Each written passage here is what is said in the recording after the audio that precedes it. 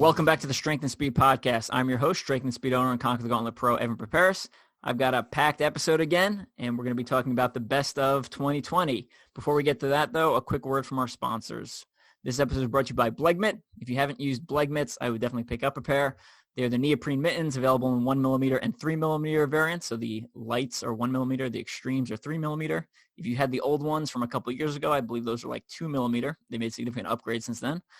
And keep your hands warm for wintertime OCR or just cold weather running. And I love the lights for training, and the extremes I really like for either wintertime ultra or wintertime obstacle course racing or anytime ultra distance obstacle course racing. So you can pick those up over at teamstrengthspeed.com, or if you're international on the Eastern Hemisphere, probably easier to order from Deanna in Australia over at the Blegmit official website, but the only distributor in the U.S. All right, let's get to today's episode, right? So I would say 2020 has been a rough year for everyone with limited racing occurring. However, some brands managed to work through a myriad of obstacles to still hold events. So we kind of wanted to show our thanks and give shout outs to brands that are still persevering through a difficult racing year. So what I've done is I've brought on a bunch of people from the Mud Run Guide group and some other people from Strength and Speed and Conquer the Gauntlet to talk about kind of the best of 2020. So I'm going to introduce everyone first, and then we'll kind of start diving into topics. So let's start off with Lisa. Just give like a 1 or 2 sentence introduction of who you are so people are tracking. Hey guys, I'm Lisa Nondorf. I am a primarily short course specialist. I love obstacles, so I am definitely a mandatory obstacle completion person. This year I was actually able to get in 10 races for OCR, so it was a good 2020 for us. All right, jumping over, we got AC Hale. Hey, it's AC Hale. I'm Team Strength and Speed and member of the Mud Run crew, and I've got in about 7 races this last season. So, gotcha. Amie Jacobs. Hi, I'm Amie Jacobs. I live in the UK now, but was an East Coaster before that. But I've been here for about 3 years. Still a sponsored athlete. Having to mix it up here because in the UK I wasn't able to do any events because we've been shut down for most of the year. But mostly I like to stick to ultra endurance events. Like the longer the distance, the better. Right on. And then Doug Snyder also. Hey, I'm Doug Snyder, way down here in Mississippi. I'm a master's athlete, and I am on Conquer the Gauntlet Pro Team. Definitely prefer mandatory obstacles, and the harder the better. Gotcha. And if you don't know me, the host, Evan Perperis, race for the Conquer the Gauntlet Pro Team. Originally from the East Coast, I now live in the Midwest, and I like ultra distance and mandatory obstacle completion. Alexis, go ahead. Hi, everyone. My name's Alexis Haddad Matera. I just got married in October, so get used to the last name. I am an ordinary, everyday obstacle course racer. I am an open heater, I think we can call it. I didn't do any races this year. I live in Massachusetts, so lockdown was pretty tight. And I do prefer longer distances. I've got the engine that can go the miles, and that's my story. I'm sticking to it. Right on. We're going to jump over to Kathleen. Kathleen, go ahead and introduce yourself. Hi, guys. My name is Kathleen Davis. I'm from New Jersey. I prefer the shorter course races, like 10K and under. Definitely mandatory obstacle completion. I got a few races in this year, some Savage, Spartan as well in the beginning of the year. So all things considered, I didn't have too bad of a significantly shorter season, but can't really complain. Awesome.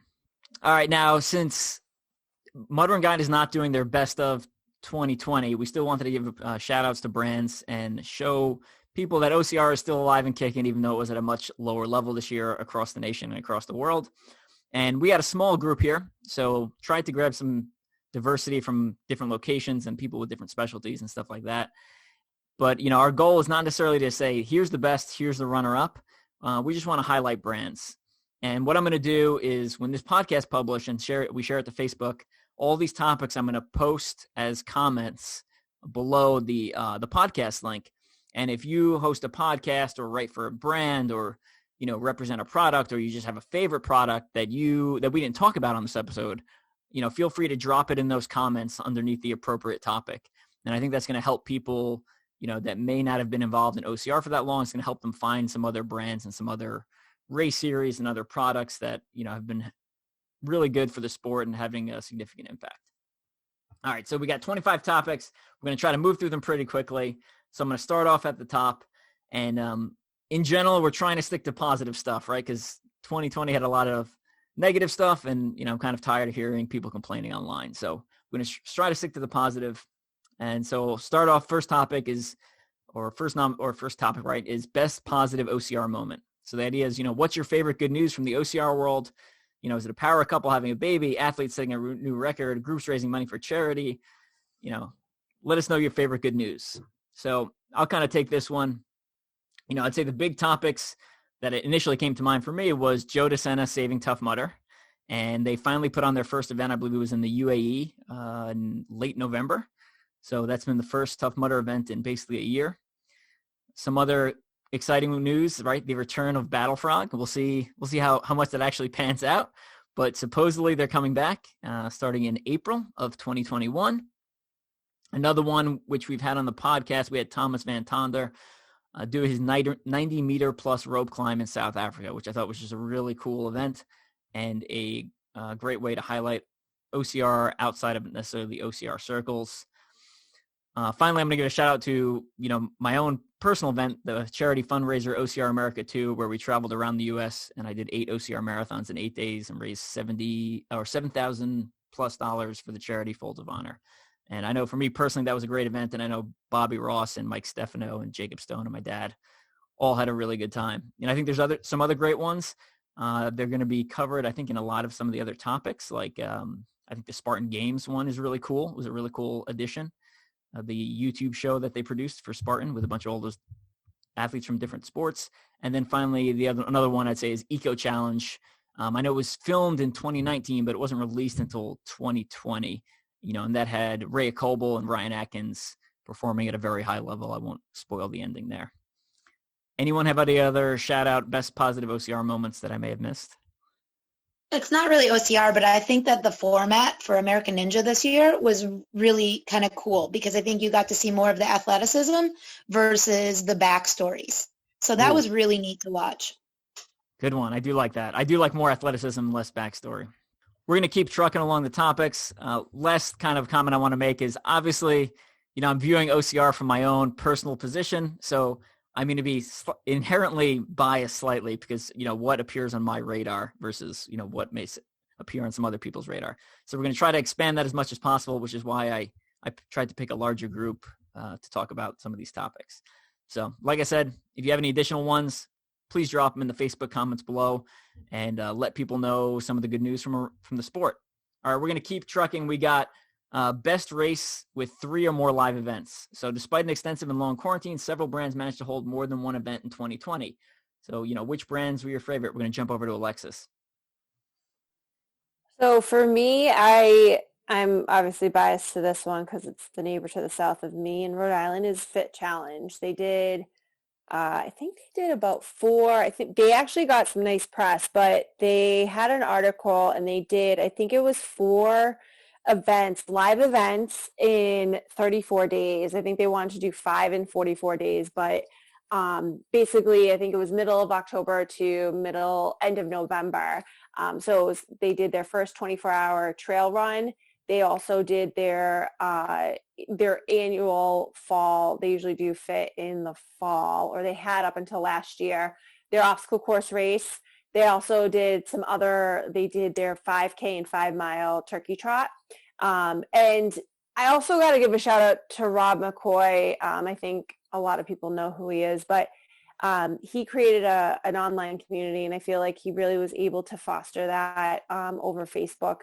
Even more so than in other years, people are really supportive. They share their stories. And when Rob was interviewed, he had mentioned a lot of people had reached out, basically saying, please don't give up on us in 2020.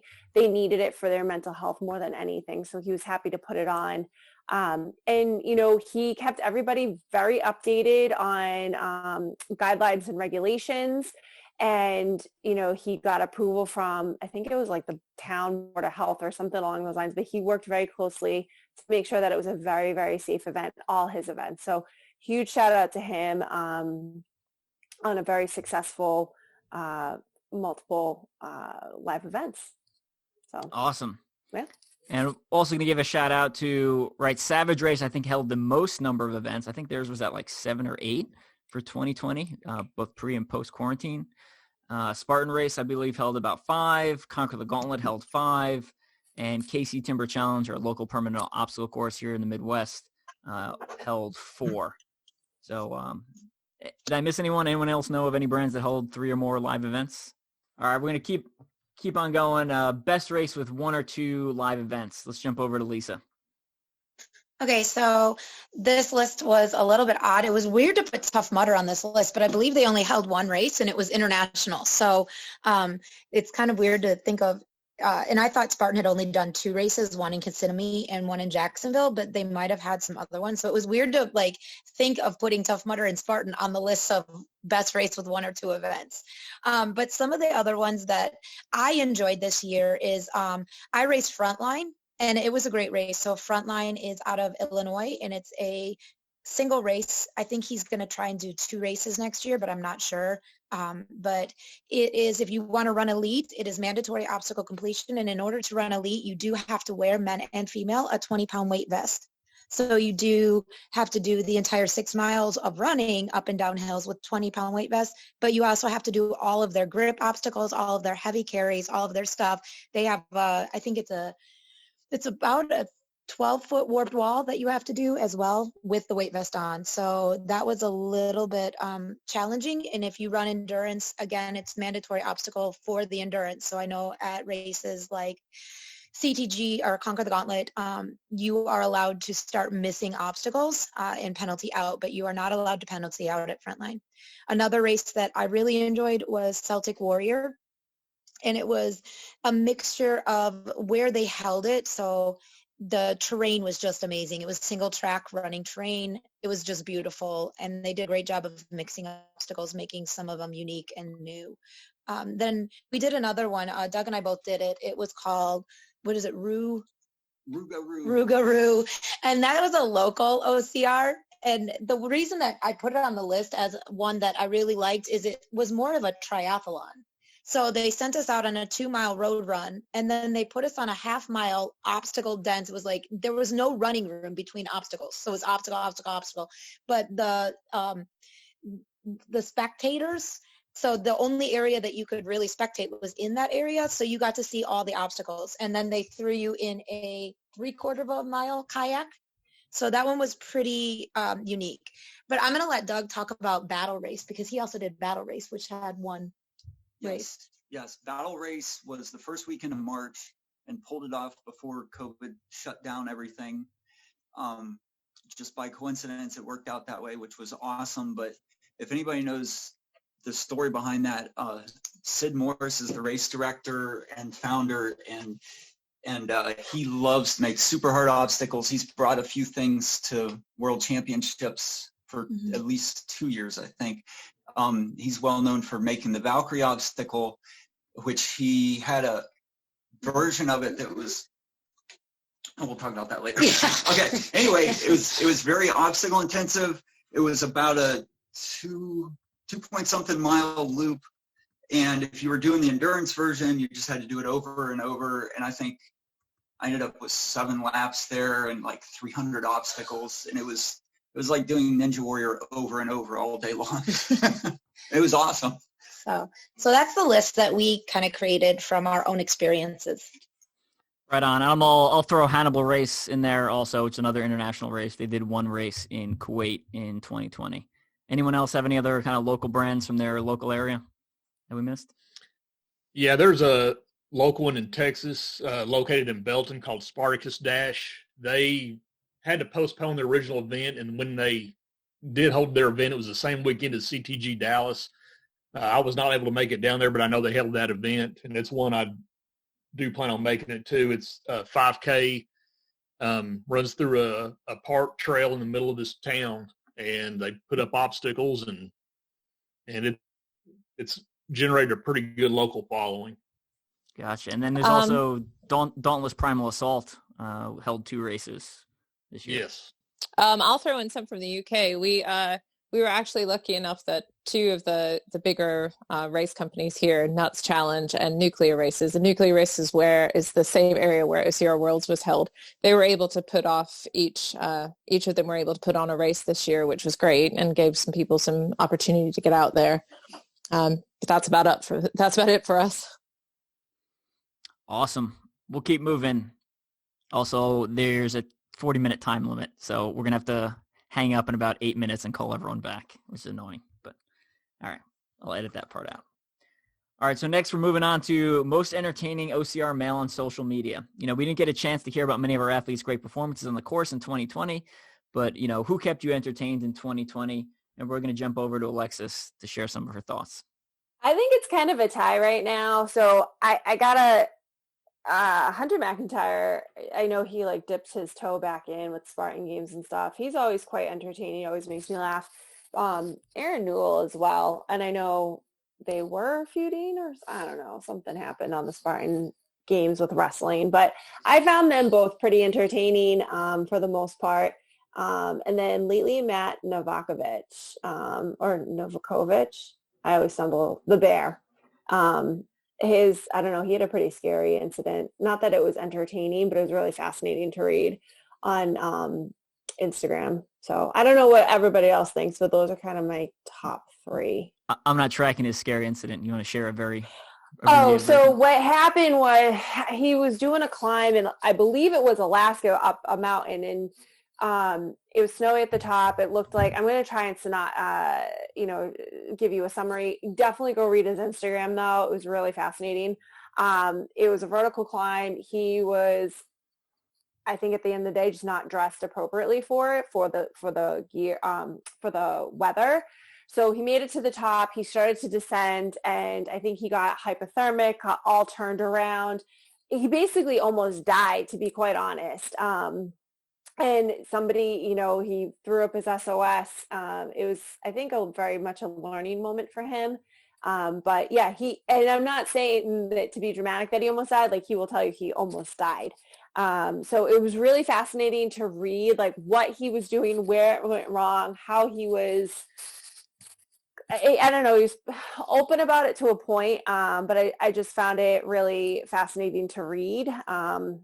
So, and yet he's now running in San Diego somewhere. I don't even know what he's doing, but I think those 3, Hunter's always very entertaining. Aaron can always give you some snark, which I really love, and some entertainment. And then Matt's, I hate to say near-death experience was very insightful and interesting to read. So I don't know what everybody else thought. I'd throw in there Ryan Woods. Ryan Woods is always good for a good laugh. I mean, also true. You're true. You're right about that. He was very good lately. Woodsy is always on point on his entertainment as far as even training goes. So true. And quite snarky. I love the snark. Awesome. All good suggestions there. So we're going to jump over to the ladies. Same topic, most entertaining OCR female on social media. AC covering this one. As far as social media goes, to me, the most entertaining has been watching Brenna the Red Beast Calvert. Just watching her life adventures, living out on a farm, but she's also continuing to do her training, which is inspiring. And then she's also very transparent about personal struggles, which I can relate some to. So I just enjoy watching her and seeing her on social media. And then on the same hand, Christina Honey Badger Armstrong, she recently went through a surgery earlier this year, and to see her come back from that was also inspiring for me to watch. Gotcha. Both good ones from the Midwest. We got any other ones from across the nation or internationally? I liked Faye Stenning. She doesn't post a ton, but I did listen to her on an interview. And to kind of talk about, to AC's point, she kind of talked about her personal struggles as well with adjusting to COVID, being in New York, understanding she has the luxury of being able to take off and go run in the mountains. And then at the same time, she kind of just said, F it at one point, was I appreciate how real she is. And so when she does post, it's definitely got a lot of substance in my opinion. So I found her to be very, not entertaining, like haha, but like very, what she has to say carries some weight. Yeah, enjoyable to follow her experience. For sure. Insightful, whatever.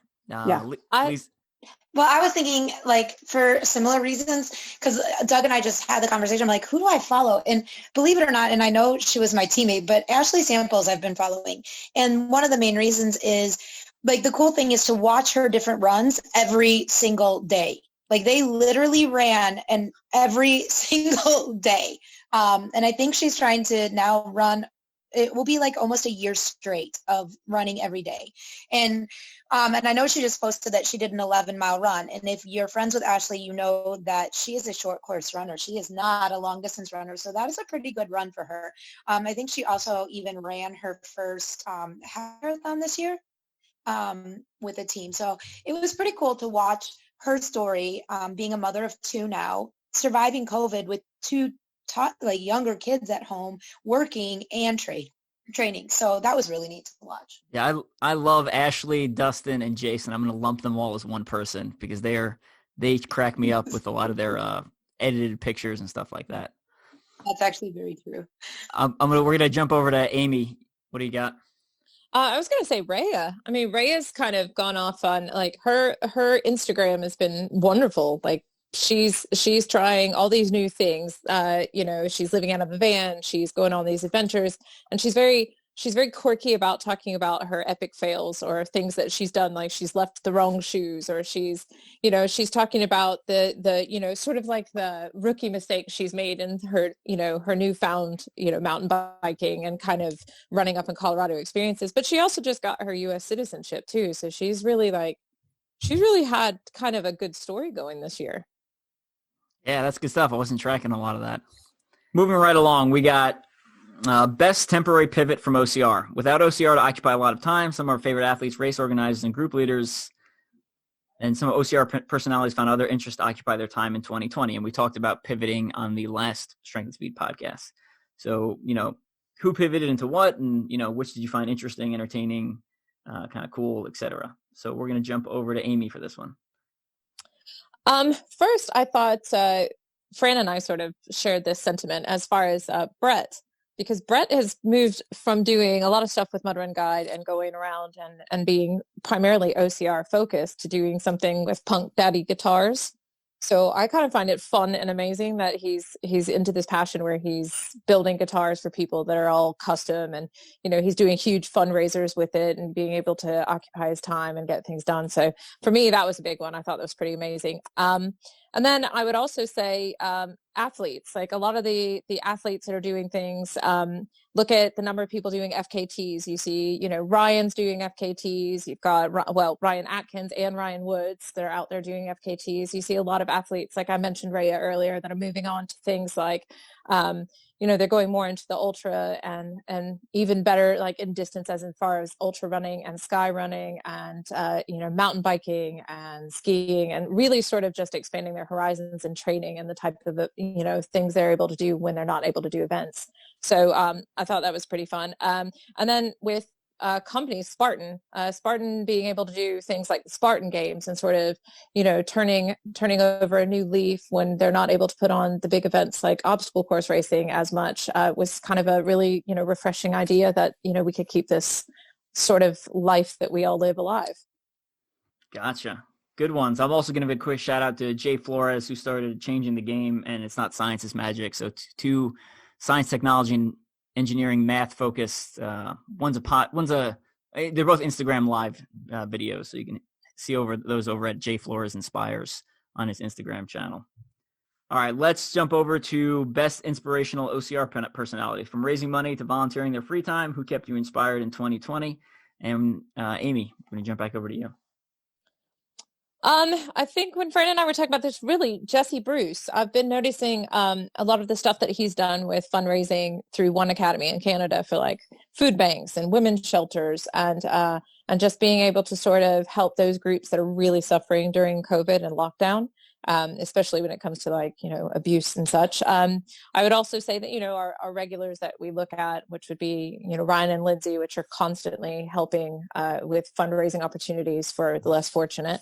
And then I kind of want to spin it a little different about how some people are keeping us inspired other than just fundraising. Like, for instance, I know we always talk about Amelia Boone being this great athlete, and, she's always been inspirational for women in OCR because she was, she's kind of been at the beginning of the game. But now that she's gone through all of the things with eating disorders, and she's getting, the help that she needs, and she's reaching out and she's talking about it publicly, she's made mention that she's been able to help a lot of people within the sport and outside of the sport, especially those people that are left alone with those sort of mental health conditions. And there are more in OCR and other, athletes driven, like ultra running, et cetera, where people are suffering from those. And she's been able to do quite a lot with that.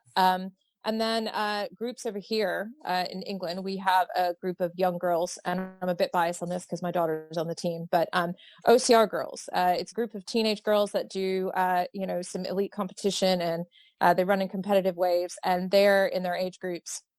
But they, despite the fact that they've not had OCR, they've really kept their training going, and they've been really positive and uplifting. They've been working with High Rocks and doing things with Spartan, and, doing inspirational videos for Spartan to put out for people to, kind of help them understand these are the types of training we're doing. We're kids and we're still not giving up. This is our sport. So I just thought that was a really kind of amazing and inspirational thing to do. Awesome. All good suggestions there. And I'll also follow it up with another shout out for Jay Flores and his work with science, technology, engineering, and math. All right, moving right along. We've got most impressive OCR related physical accomplishment. So this can be in or out of OCR, but must be an OCR athlete who accomplished it. What impressed you in 2020, whether it be an athlete doing a long mountain bike ride, a new FKT, a record-setting challenge, or appearing on your favorite fitness reality show? So we're going to jump over to AC Hale. One of the most impressive OCR physical accomplishments was OCR America 2. Watching you, Bobby, Jacob, and Mike go across the country in the freezing cold. It was impressive to watch, and I did not envy y'all being out there in the cold for a minute.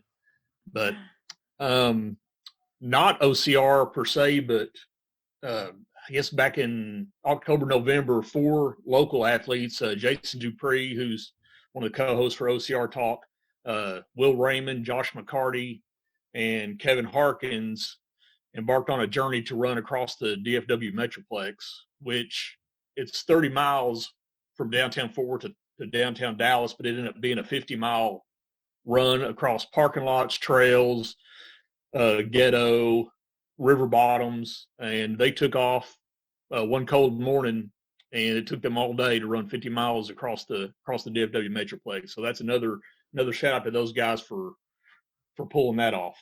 Gotcha. And I think Jason actually did a podcast about it on his OCR Talk. He did.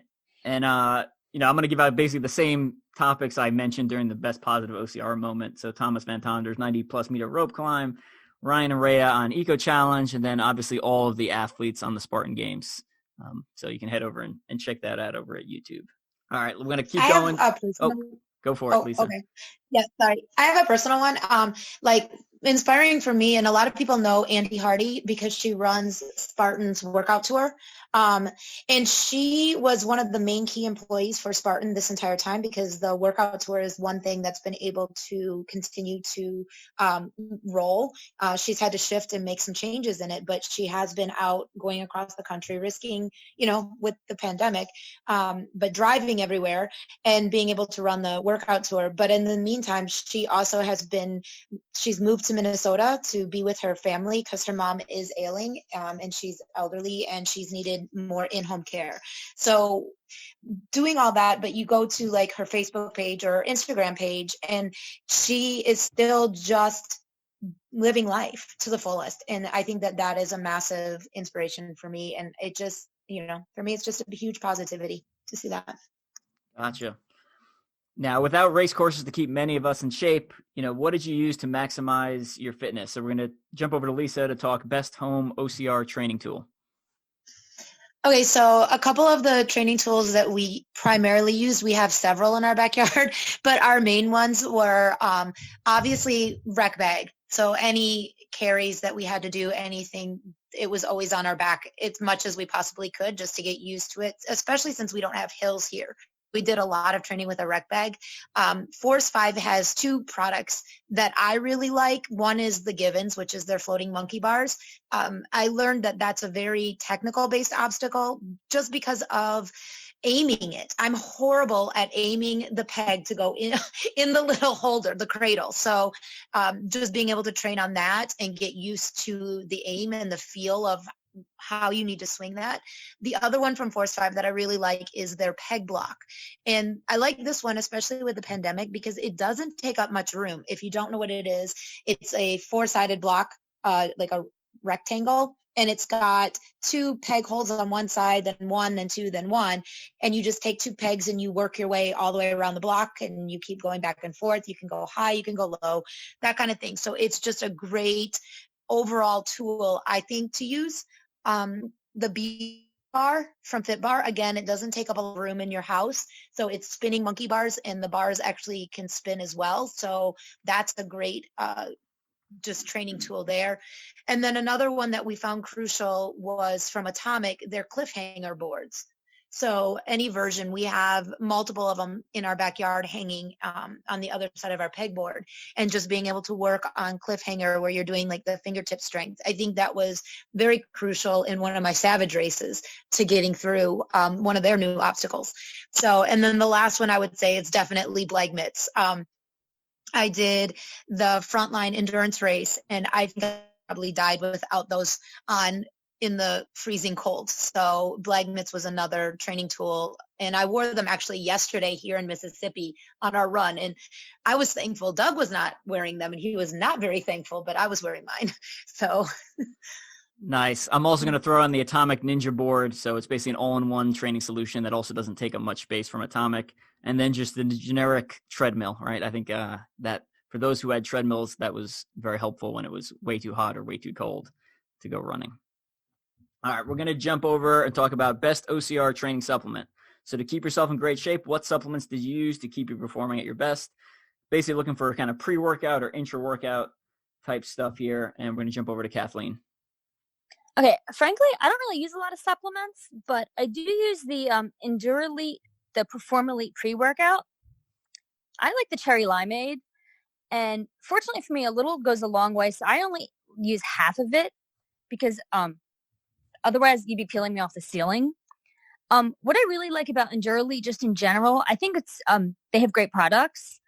I also really like their Facebook group because it's very active. The owner Matt is involved. And they also during the holidays they were having problems with like packages being damaged. I'm sure we've all kind of had problems with shipping because of COVID and postal service, at least in the US. They started covering shipping insurance, which I thought was great. But big fan of Endurelite. I also use Alt-Red that for quite a while too, and I'm definitely a big fan of both of those. Gotcha. Both good suggestions. Matt Mossman, owner of Endurelite, very, very smart guy. Let's jump over to AC Hale. I know. I just wanted to throw up another vote for Matt Mossman and Endurelite. Excellent product, excellent customer service. Gotcha. And then Amie, what do you got? Well, I'm always a big fan of Honey Badger. I've worked with them since 2014, and Honey Badger is probably the best hydration I've ever used. It's pulled me out of some really crazy situations. And, you know, it's veteran owned, and, you know, they do quite a lot of like funds for veterans that are coming out of service and have some issues, et cetera. So they're always a good group. And then I'd say over here for the European side, there's the company that worked with World Championships, OCR World Championships, which is called Bella Forte. I use their gels, which are like a maple syrup, chocolate, caffeine kind of like endurance gel that is really, really good. I prefer the Doppio, but they've got a really good line of gels here that are pretty amazing. I definitely liked using Juice Performer's beet juice and beet juice blends over the summer in a couple of endurance events where when I'd come into the pit every lap, I'd take a few sips of that. And I think that definitely gave me a good boost. And final, I'm going to throw out shout out to Hammer Nutrition's Perpetuum Fat Carb Protein Blend. that liquid fuel for ultra endurance that I use for pretty much all my ultra OCR stuff. All right, let's jump over to best OCR recovery tool. So training requires recovery. What tool did you use to maximize recovery in 2020? AC, start off with you. Anything by rock tape. Rock floss, rock tape, rock sauce is essential for recovery. I like using that elastic band rock floss on my calves. Another recovery tool, Compex massage guns. Hits, any muscle group you want to hit. And I have recently acquired a pair of, and I'm going to mispronounce this, you might have to edit it, UFOS slippers. Yes, that's right. Just got a pair of those. Merry Christmas, and I'm loving them. They're awesome. I'm going to second your UFOs. Those are my favorite shoes on the planet. I'm going to third it. and I'm going to second anything by rock tape and that rock sauce. Excellent picks. Amie, what do you have? I was going to say Mark Pro. My Mark Pro is pretty amazing. Like everybody walks around with their TENS machines, but this, the frequencies I can hit on that is really good for both building up muscle and also recovery and injury. And I can sleep with the thing on. So it's fantastic. Familiar with Mark Pro, definitely check it out. That's a EMS, right? Electrical muscle stimulator? Yes, it is. Yep. And it is the best thing I've ever used. It's pretty much medical grade, and it's used for CrossFit Games, and a lot of the other athletes in OCR use it, but it is fantastic, and it travels in a really small bag. So. And I'm going to give a quick shout out to Rapid Reboot. Those are the compression boots I use for OCR America, and they basically inflate by zones. And I honestly think it's the best recovery tool you can buy with any amount of money. So highly recommend those if you've got about $1,000 to burn, but it's worth it. All right, jumping over to best recovery supplement. So nutrition is a big part of recovery. What's your favorite supplement that you use to maximize recovery in 2020? AC again. Endure Elite, Recover Elite. Once again, Matt Mossman's products are excellent.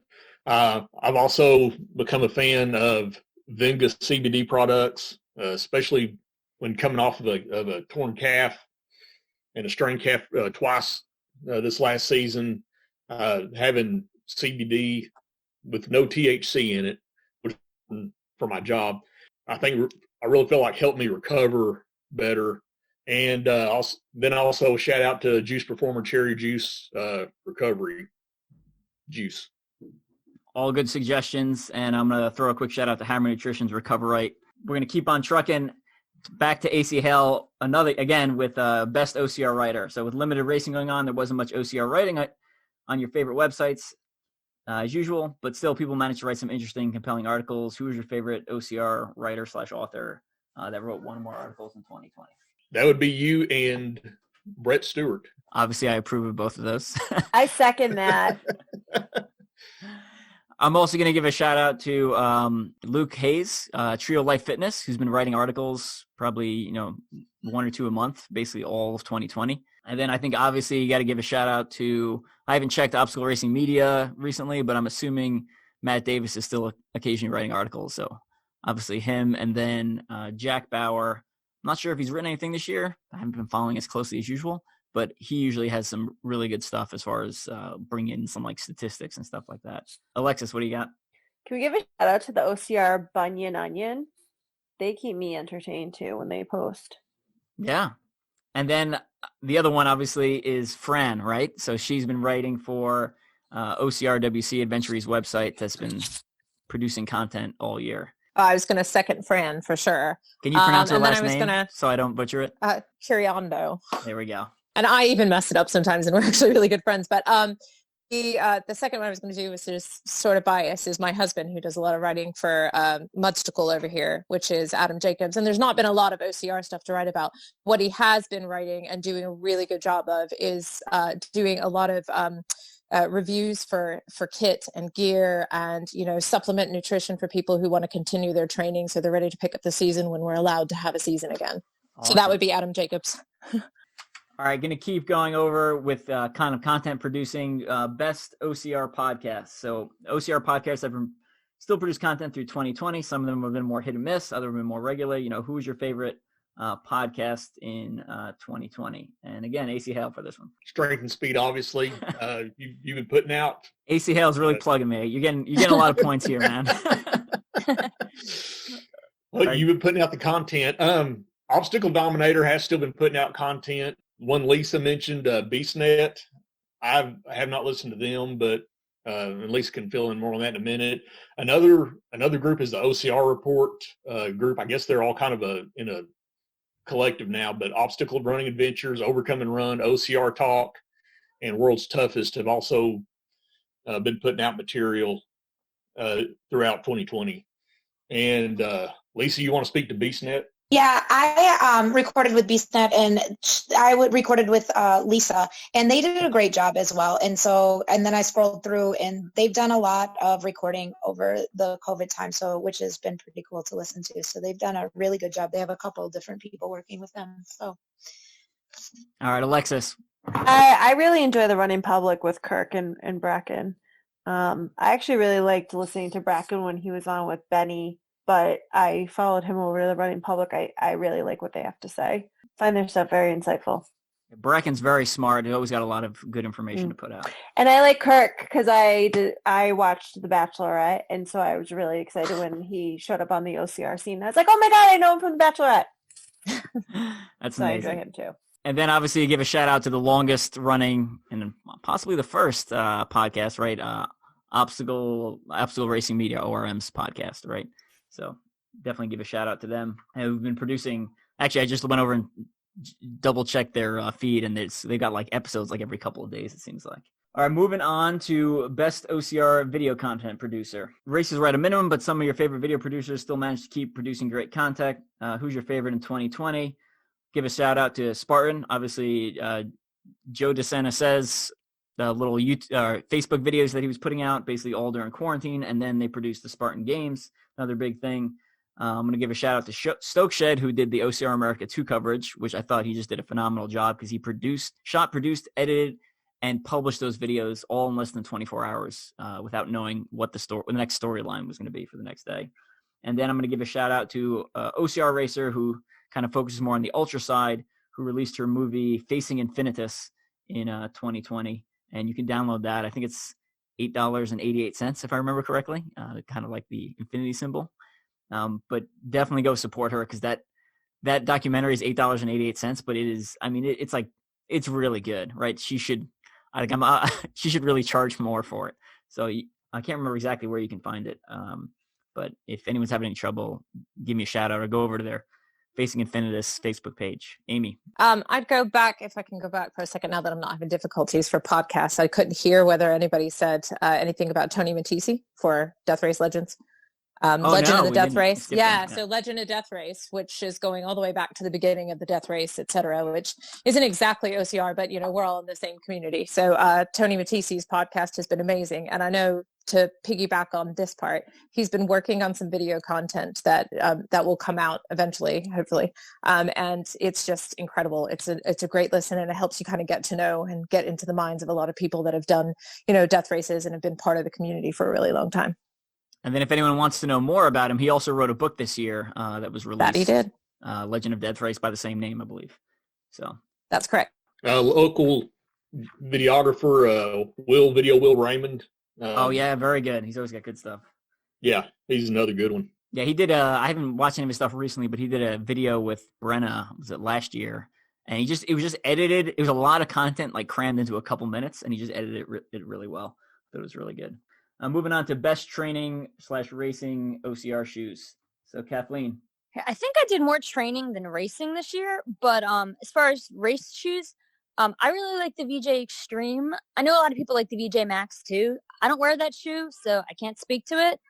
But as far as trail races, I started wearing the Hoka One Evo Speed Goat this year. That shoe is life-changing. Highly recommend it for trail racing. As far as training, I've been wearing the also from Hoka, the Torrent. Love that shoe. I also been doing a lot of road training because it's flat where I live. So for roads, I've been wearing the Hoka Rincon. And I also have in the box, because I've been quarantined for the past couple weeks, I have a pair of the Saucony Endorphin Speed. Haven't tried them yet, but I've read a lot of good things about them. Gotcha. Lisa. Hey, it's Doug. Oh. I'll second on DJ shoes. I regularly run the Max and the Extreme. Max is a little wider in the toe box, but both have amazing rubber grip on dry surfaces, as well as the deep cleats for digging through the mud. I've gotten up to 24 miles in both pairs, I believe, and come away with very minimal foot problems. Agreed. Highly recommend the Max. That's what I wore for Kimberly's Ultra 24-hour Ultra Mudder. It was a couple weeks ago. All right, best new obstacle. So several brands managed to squeeze in a couple new obstacles this year in the abbreviated race season. So which one was your favorite? Over to Lisa. Okay, so I came up with a list of all of the new ones that I have done this year. The first one that I'm going to talk about is coming out of Frontline. It's called the Kraken. So imagine Twister from Spartan Race, but with nunchucks and a little ball at the end. So you actually there was a first half of the rig, and then it transitioned onto the Kraken, and it is just a spinning nunchuck alley kind of thing. What made it hard at Frontline is that it was cold and damp when we went out. It was probably, I think we started and it was like 13 or 14 degrees out, and so the obstacles were still a little bit from the frost. So that made it very difficult because it is all metal and it's painted metal. So the Kraken is a really good one. From Conquer the Gauntlet, they introduced Pay the Piper. Pay the Piper was a really fun one. And I learned after doing endurance that it actually starts to, you have to pay a little bit more every lap because the poles start to spread further and further apart as people are moving them. So I think at one point I remember laughing going, well, this obstacle started off really generous, but by the end, you are pretty much doing the splits. And after 20 miles of running, it did not feel well. So definitely it was paying the piper the longer you went. Then the race that we did, Celtic Warrior, had an obstacle called nunchucks. And when Doug and I read that obstacle, we automatically assumed it was a rig with nunchucks because that makes the most amount of sense. But what we learned really fast is that it was not. It was actually a pegboard where they chained your two pegs together and they looked like nunchucks. So learning that I tend to do my pegboard like at Conquer the Gauntlet, monkey bar style. You could not do monkey bar style with this. You had to do strict, and you could not make any big moves because your nunchucks, your pegs were latched together. So you could only move one peg at a time. You could not move further than that. So that was a pretty inventive one. And then Savage Race, actually, their last two races came out with this rig. And if you've done Savage Race before, you know that they have an obstacle, like it's the cheese, yeah, it's like a cheese board. And what they did is they took it and they turned it sideways and hung it and turned it into rig holds. And so you had to traverse this piece of queso. You had to traverse this sideways piece of queso. Well, it was pretty much a game changer at Savage.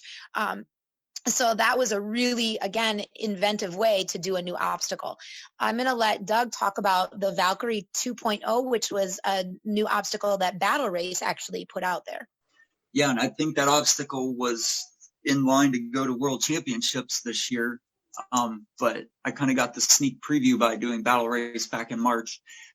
So if you remember, Valkyrie is a vertical climb, well, an angled climb of Olympic rings up and down on a kind of a rig structure.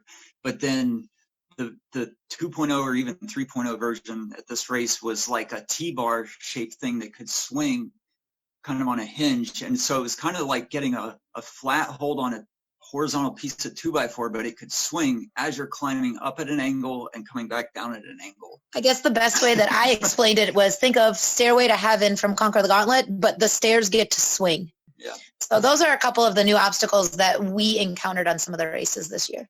Yeah, I'm going to give a quick shout out to Noob Sanity. I'm not sure what's new on their course because I hadn't been there since 2016 before 2020.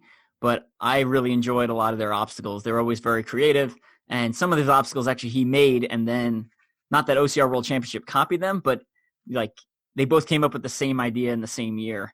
And so they actually built it first, and then it appeared on the OCR WC course, which is kind of funny. And KC Timber Challenge, which I can't even remember what's new there anymore, but they seem to be changing obstacles every time I go back to their venue.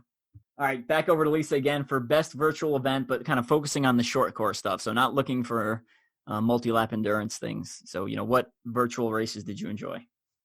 So I know Doug did the Spartan race. I'm just going to name a couple that I know that we're going on. I only did one race, and it was the Force 5 one. And I really enjoyed that one. It was actually very difficult, and they made it almost impossible to cheat, if that makes sense. I know a lot of the virtual races, people could find backdoor ways to cheating. And this one was almost impossible because you had to submit video of everything from start to finish, things like that. And it was a 3-week challenge, and you had 2 challenges. I think you had 4 days to complete the 2 challenges of each week. And then the last one was actually a 3 challenge day. And it was just really cool because they mixed up a lot of very, very unique stuff, and they made it so that you purposely could do it inside your house. So I know that we had international competitors as well as, the US competitors. So it was, and then they split everything into age groups, and they did awards, and it was just a really neat one. We did things like squat and stand-ups, but you had to use your door. So you had to actually use the door to help assist you with the stand-up. You weren't allowed to touch the ground. And I think you had to do, I don't even remember, I felt like 100. I know it was a lot. So like I said, they did some very unique ways to do that. I know that battle race, not the battle race Doug ran, but there is a different battle race that did online, and theirs was primarily running and burpees. So that kind of turned me off because that's not my style. But they had multiple different ones. And then Spartan, I think, even ran their short course. So you could do a Spartan short course. They had all 3 distances. They had all 3 distances. So, and then another one that did a really, really good job would be the Savage Anywhere. So I know a bunch of people that completed the Savage Anywhere, and that was kind of a series. And they allowed some of their strong pros that run Savage Race to actually write the workouts, and then people would do them and submit them. I don't know that there was like a winner or anything like that, but that was just a great virtual way of keeping people in OCR. I was just going to second on the Force 5. We got to do it over here internationally, but because my daughter and I, we work with Force 5, so because I'm a sponsored athlete, we couldn't compete because we were doing we were testing some of the obstacles, but there was also, to second the massive amount of times I had to do that door obstacle. There was also the number of times we had to do run-throughs on that. But there was also one where you could put like a broomstick over 2 chairs, and then you had to do like over-unders while pushing a bag that was a weighted bag. And like, it was just a really unique way to kind of simulate what you would have to do if you were doing like bag carries under barbed wire or something. So it was still really great for training, but it was enjoyable. And I'll give a quick shout out to not actually OCR, but High Rocks, right? They did a bunch of virtual events that were actually competitive, and they had kind of like a video face-off with the top couple of people actually competing live, which is cool. And then OCR stars, Hunter McIntyre's obstacle / CrossFit type virtual race thing. Bone Frog. Yeah, Bone Frog also has their honor series, and it's currently in its 5th of the 5 challenges for the year going on now. And it's got multiple distances with like 10 body weight type exercises mixed in. Cool. Jumping over, we're going to keep talking about virtual events, but on the endurance side. For best virtual endurance event, I think the 2 that kind of jump out at me are obviously Toughest Mudder and World's Toughest Mudder, which didn't really have fitness challenges in between. It was just like random tasks, which was kind of stupid, but also kind of fun. I did the 12-hour toughest with a group here at my house, and that was a lot more fun than I thought it would be because we did an out and back course, so we kept seeing people on each lap. And it was about 5 of us doing it. And like I said, some of the obstacles were kind of stupid, but it was a good change up. Matt Hansen he won the virtual world's toughest mudder, which was the mileages again were extremely high because there's not as many obstacles. And then on top of that, we actually signed up, a bunch of the strength and speed guys signed up, and girls, for Vikings team trek. So we've supposed to run 1,030 miles between the 5 of us cumulatively between now and I think it's like the end of March. And honestly, when I signed up, I thought it was just running, but there's all these like random challenges, which I did not necessarily know I was signing up for. So I don't know if I didn't read the instructions very well, but it's a cool way to get engaging, just personally not what I'm enjoying or looking for. I'm excited not to talk about virtual racing because honestly, I legitimately hate it. I think it's good to keep the sport afloat and stuff like that, but it just not my cup of tea. I will second I don't like virtual racing. I hate it so much. I just despise it. All right. But again, necessary, and I try to support brands. This year I actually bought more merchandise, OCR merchandise than I ever had before, because I was like, well, I'm going to try to support some brands, and they're having some sales, and some of the stuff is cool. So I bought some absurd amount of World's Toughest Mudder paraphernalia for I think I spent like $80, and I got like $400 worth of stuff. It was insane. Good sales going on over there. Let's jump over to best European event with one or more live events. And I don't really have any suggestions. Amie, I'm going to kind of put you on the spot here. What brands held events that we didn't already talk about, or give them a quick shout out? This is a hard one because I really didn't pay much attention because we couldn't travel outside of the UK, which is where I was saying Nuts put on an event. And then you also had an event through nuclear races, which nuclear races are always really popular and they're always really fun. And they always kind of make it quirk. If you don't know about nuclear races, basically nuclear races, they have some where you can actually run through a nuclear bunker at night. And it's kind of quirky and fun, but most of that, I mean, I know there was some events in Sweden because they obviously weren't locked down. But for the most part, there weren't really a lot of events going on because we were on lockdown so much sooner than the United States was. So that's about it. Yeah. Well, if anyone has any other, top of my head. Yeah, if anyone has any other brands, please drop them in the comments on the Facebook below, just to gain some situational awareness. And once traveling opens up, maybe that's something you could put on some of your bucket lists and stuff like that. Going to keep moving to best international event with one or more live events, so kind of outside of the U.S. and outside of Europe. And obviously, I'm going to give a shout out to Hannibal Race, who held their one event in February in Kuwait, and then basically everything went into lockdown, so they didn't hold any events in Lebanon this year. Probably the first time since I don't know when. It's been a long time since they've never held an event in Lebanon in a year. And then South Africa also held an event. I can't remember what the name of it is off the top of my head, but when I was following Thomas Van Tonder's Facebook, he posted about it, and I'm pretty sure he podiumed. Big shocker there. Best motivational group and a reason. So you've probably been part of an online OCR training group or social group. What was your favorite in 2020 and why? Did you do a OCR local event? They do a monthly challenge, etc. Did they provide technique videos for training? What Facebook or social groups are you part of? And I'm going to give a shout out to KCOCR, who held a summer throwdown event, and actually the prizes for it were better than most paying races, right? I won like $150 $5 pass to ROKC climbing gym. Definitely gonna give a shout out to them. And they also did a 30 days Advent Fitness.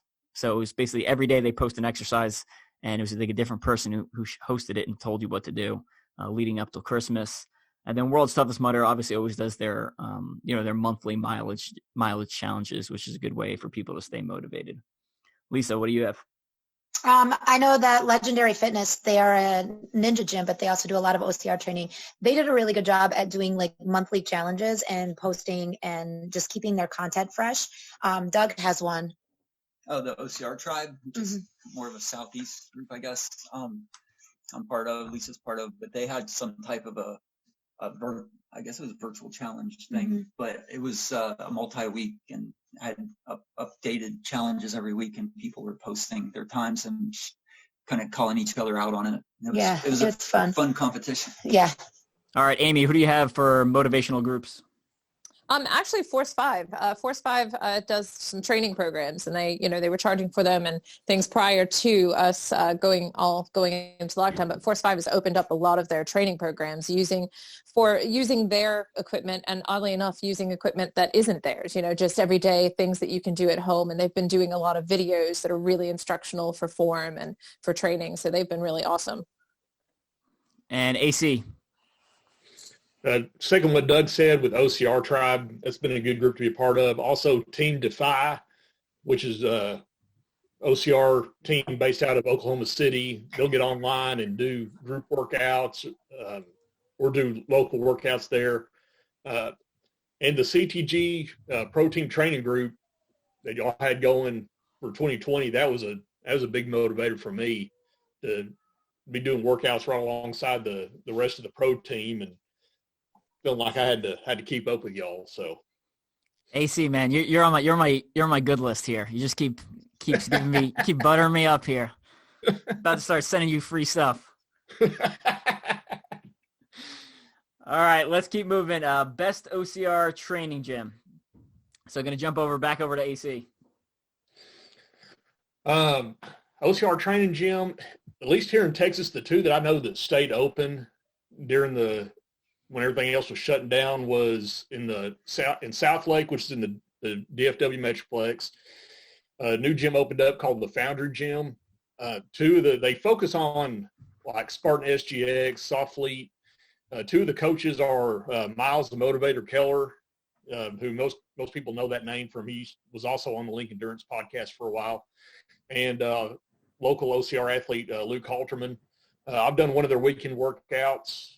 They were great, and they've been doing a good job of just keeping everything open and going, and having workouts for people to do even when everything else was locked down.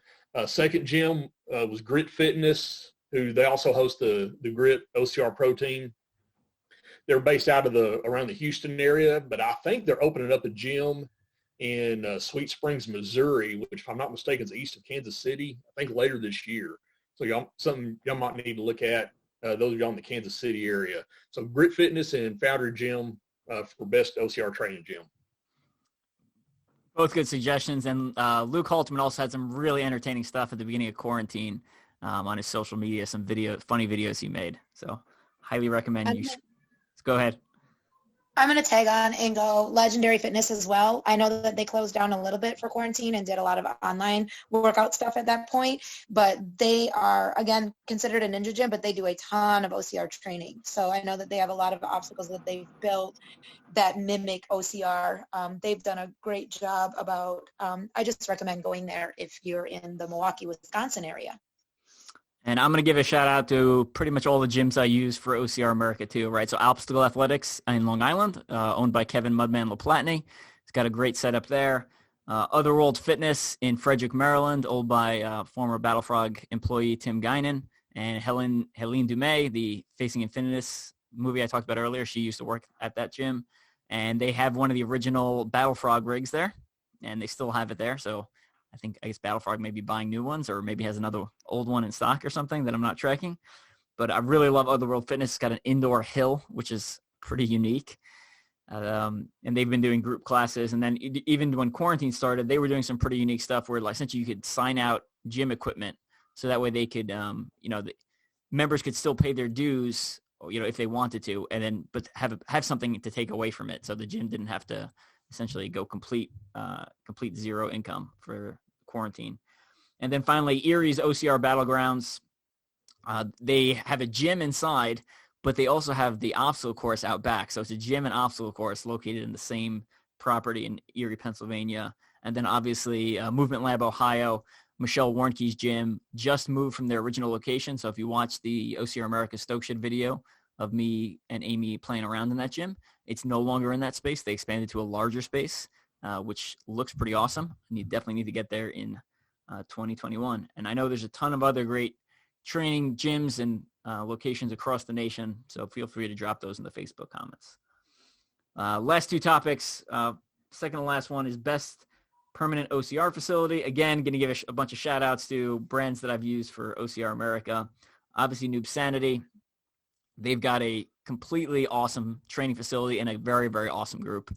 I stand by. I think it's the best group in the nation. I'm part of a bunch of different groups, but they just seem like they have a really tight-knit community there with an obstacle course on one side of the property and then the extreme ravine, kind of like the more natural type obstacles and terrain and elevation change on the other side of the property. Viking OCR in Sunny Hill. That one's in Greenville, New York. Another great permanent obstacle course facility owned or created by Rob Butler, the same guy who did Shell Hill, which is no longer operating, but you can see a lot of his touches on the obstacles there that are very unique.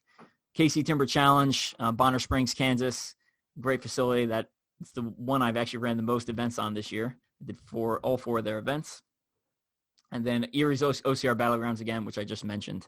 Unfortunately, a lot of the gyms that or the permanent facilities I normally talk about actually closed down, like Shell Hill, and Dirt Runner is no longer operating at that permanent facility in Marcel, Illinois, which is, if anyone went to BF or Battle Frog Chicago, that location is no longer part of it. And then other than that, Lisa just said Doug said his backyard, which is true, because that looks pretty damn good. Yeah, we kind of figured we stayed open over quarantine, so we had some guests. We had a few guests come. Good stuff. All right, final topic of the episode: event you're looking forward most to in 2021. So we'll start off internationally with Amie. Well, any events currently, right? Yeah, any events, but you're internationally. Any events. Yeah. But the event I'm looking forward to is for Nuts Challenge to open up. So they do a Summer Nuts, which is kind of like this crazy multi-lap and endurance level kind of race. So I'm actually looking forward to them being back up and running. And then I guess as far as other events, I am really looking forward to World's Toughest Mudder going back to the desert. That's high on my list, and it means then if that goes on, it's possible I can travel home and be able to see everybody there. And then of course, World Championships to OCR World Championships, because it's back in Vermont, but now for the World Championships instead of just the American. But it just seems like a really good thing to hope for. So those are my three biggies for right now. Yeah, I think the probability of those going is good because later in 2021 for at least for the OCRWC and World's Toughest Mudder. So by that point, vaccines should be pretty widespread and or people should have some sort of immunity to things. Or if not, they're at least learning to live or are starting to accept more risk. We'll see. But the probability of those events are all looking good. Yeah, it would just be nice if all of us can travel, because it's the one place I know where I can see so many different people from so many different places, including home. And it's just, it's kind of like our world get together. Yeah, absolutely. I know there's obviously some other big shout outs in this group. AC, I know you've got one. Conquer the Gauntlet. Yep, there it is. Was it even a question? Yeah, I know. So they're doing their big 2021. They're only doing one event in 2021. And it's going to be essentially a 3-day event. So Friday, there's a dinner. Saturday, there's the elite race and open race. And then Sunday, there's the team race. Of note, the team race only has 20 teams before it maxes out. So you definitely want to sign up for that. And again, they held 5 events in 2020. So the one in 2021 is 100% go. I'd be completely shocked if for some reason it did not go, but so high probability of success there. All right, I think that about wraps it up, unless anyone else has some other events they're really looking forward to. Indian Mud Run would be there we go. one. Indian Mud Run. We definitely Indian Mud Run. Yeah, so we wanted to hit it in 2020 and of course couldn't. And then Doug just mentioned Battle Frog, of course, hopefully. Yeah, my expectations for Battle Frog are not the best. I mean, Garfield is apparently left about a week or so ago. Yeah. So we'll see. I'm cautiously optimistic. And I think we're excited for OCR World Championships just to be able to see people again. I know that we saw a lot of people close, but seeing some international friends would be really nice. So OCR Worlds is another one that we're excited for. All right, we're going to start wrapping it up. Normally we do tell us something people would be surprised to know about you. But since this is literally the day after Christmas, we're recording this. So I want to thank my guests for, one, taking the time, probably away from their family, to come on to this episode. And two, because I refuse to pay for the full version of Zoom, we've been having to take breaks every 40 minutes and then restart the recording process, which has been a pain in the butt. So tell us one thing that you got for Christmas that's unique, random, or you're excited about. We're just going to go around, or your holiday if you don't celebrate Christmas, since most people get presents usually around this time of year. We're just going to go around the group here, and we're going to start off with AC first. My oldest daughter cross-stitched a CTG crest logo, like the lion, the letters, green and black, everything, and it's really well done. So I'm pretty proud of that.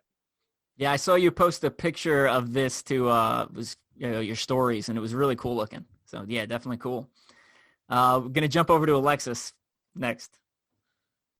Sorry, I was on mute. So my husband gave me 2 things. One that's OCR related is this awesome wall mount to hang all my medals, and it's in metal, and you see all the detail work is depicting obstacles, which is really cool because mine are just on some random hook and looks awful. But then he also gave me the Bob Ross Chia Pet and then the Mount Rushmore of Golden Girls Chia Pet. Amazing. So I'm pretty excited about that. And purple boxing gloves. But I think the Chia Pets are the best. Those all sound like amazing gifts. Let's jump over to Kathleen. My new brother-in-law got me a vegan cookbook, but I haven't yet told him that I already have it. Do you have the Deanna Blegg vegan cookbook? No, I do not. Ooh, it's called Veganize Me, written by Deanna Blegg and Amanda Steedle. I believe that's how you pronounce her last name. So the creators of Blegg Mitts and Turbo supplements, whatever. Yeah, it's good cookbook. Stuff in there is pretty tasty. I'm not vegan, but I do enjoy some of the stuff in there. I can go to Barnes & Noble and exchange it. Yeah. Well, I don't know if it's in Barnes & Nobles. I know, let's see. It's probably on Amazon. I know I wrote a review on it for Mud Run Guide. If anyone wants to Google Veganize Me and Mud Run Guide, it should be in there, and then there should be links. Or I think you can order it off the Blegg Mitt website. Or maybe, awesome. I'll take a look. Yeah, maybe Amazon. All right. Cool. Amie. The most random gift that I got this year was my husband thinks he's funny. And so he decided to get together with, I believe, Matthew Lowe and buy me a Doc McStuffins toddler puzzle. Good old 35-piece puzzle. I think mine was 24 in the death race, but I'm scarred for life and hate Doc McStuffins. So the joke was that they were going to buy me puzzles from Doc McStuffins this year. Other than that, I'm really stoked because I got one of the big Instapots. So I'm going to be trying all kinds of stuff in there. Cool. Let's go to the Masters Power couple, Lisa and Doug. You want to go first? I'll go first. I got a new 60-meter climbing rope, which I definitely didn't expect, but we climb a lot, and apparently someone, Lisa, thought the other rope I've been using might be due for replacement. Wait a second. How old is the other rope? 2 years. 2 years. So let's see. I am a little bit superstitious, and I always have to wear a necklace for good luck when I run. And this year, my necklace kind of got beat up a lot, so it's not going to last any other races, so it got retired. So I actually got a new necklace, a good luck necklace that I can race with, and I got a Savage race. So that was pretty cool. Already ready to start 2021 season, I guess, off right. So cool. My wife got me a nitro cold brew coffee making thing. So it's basically like you brew coffee, cold brew coffee, and put it in the fridge, and then it's got little nitrous cartridges, and it makes your coffee almost like Guinness-like. So I've been obsessed with Starbucks nitro cold brew pretty much all year. So she got that for me, which was a really cool gift. And kind of random story, it actually got spoiled because she bought it, and then it appeared in my Facebook feed the next day. Because the Facebook likes to watch everything you do. So that's kind of funny. And then kind of the more fitness related one, my dad got me 2 wushu swords, right? So the swords that when you snap your wrist, they kind of bend and flex a little bit. And so I've been teaching myself to spin and kind of move swords around. And if anyone saw my bow staff video the other day, it's like that, but with swords. And so far I haven't broken anything in the house and or cut myself. Which I'm pretty proud of, and I've had them for about 48 hours. So maybe if I get a little excited later, I'll post some videos of me spinning them around. But all right, that should be about it. Before we go, quick final shout outs. Back around the horn one more time. AC Hale, any shout outs you want to give before we go? Yeah, shout out to Team Strength and Speed, CTG family, Endurelite, and my family also. Sounds good. And I'm going to piggyback off that. The 2021 Strength and Speed Development Team application is open. So if anyone wants to go to our website, teamstrengthspeed.com, go over to the articles section. There's a scroll down. It should be the second or third article down. Basically, you apply for the Strength and Speed group, and then I let up a couple people in, so you don't have to pay. Normally, there's a admission fee. That way we keep the group small. And it gives you access to the group. We have personal trainers in there, physical therapists, chiropractors, stuff like that. And basically a pretty good knowledge base of information. Because I know when you post training related questions in normal OCR groups, you get a lot of different answers.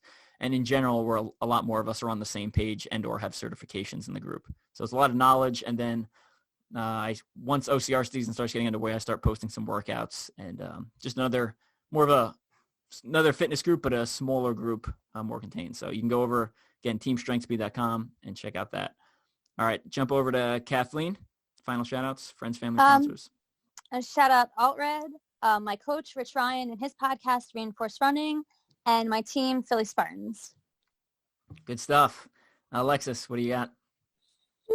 I don't know, myself, my husband, my family. Good ones. All good choices. Amie.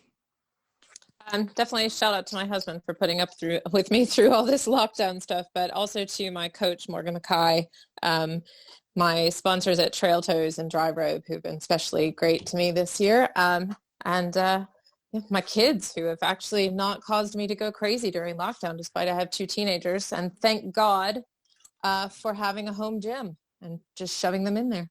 Yeah, that's awesome. Big fan of Morgan. We were actually, me, Morgan, Matt Hansen, and Dylan, one of Matt's friends, actually applied for Eco Challenge in 2021.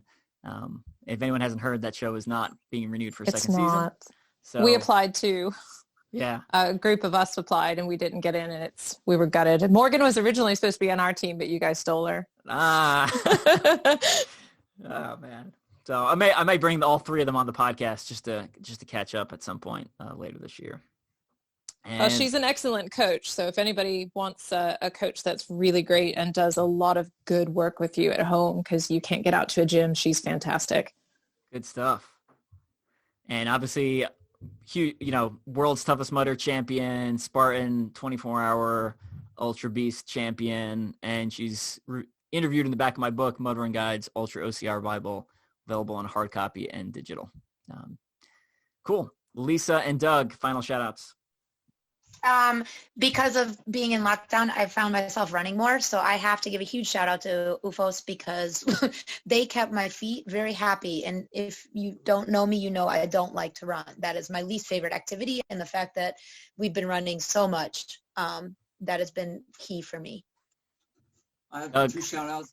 One is to Santa Claus for once again overlooking the naughty list for me. And secondly, to the main prizes, the power behind the Conquer the Gauntlet race. I know the struggle's real getting through the COVID year and what they had to put into race directing and production, the whole 9 yards. And I think that's a underrated position that they definitely need recognized for. I think all race directors this year should get a shout out. Yeah, absolutely. I definitely thank all of them for not giving up on us and continuing to host something or stay active on social media, all that good stuff. Anyone needs Bleg mitts, they can head over to teamstrengthspeed.com. If you want to pick up a copy of any of my books, all still available at teamstrengthspeed.com, available in hard copy and digital. And then the Strength and Speed premium channel, if you can search for it on Podbean. Essentially, you can pay for some of my audiobooks, right? So I'm slowly going to release some of my books on audio, recorded by me, essentially in my home studio. And basically, if you sign up now, I think it's like $16, and you get 1 book on there. But then you get the other books when they're released, in 6 months and a year. So essentially, you can pay a lower price now and get all the books, or you can wait 6 months or a year and pay essentially 2 or 3 times as much to get more of the books. But yep. And other than that, stay tuned. I will be doing an Ultra OCR related charity event in 2021, probably March-ish timeframe. Just need to test it out to make sure I don't die while doing it. So I got still got to work out some kinks there, but it'll be a little lower key than OCR America too, but it should be interesting and a different experience. And again, it'll be for Folds of Honor. So make sure you follow Team Strength Speed on Facebook and look for that donation link. And please support Folds of Honor, providing scholarship money to children whose parents were killed or wounded in action. Thanks, everyone, again, for coming on and taking the time out the day after Christmas. And, let's look forward to 2021 and get back out on the course. Bye, everyone. Awesome. Thanks for having me. Bye. Bye. Talk to y'all later.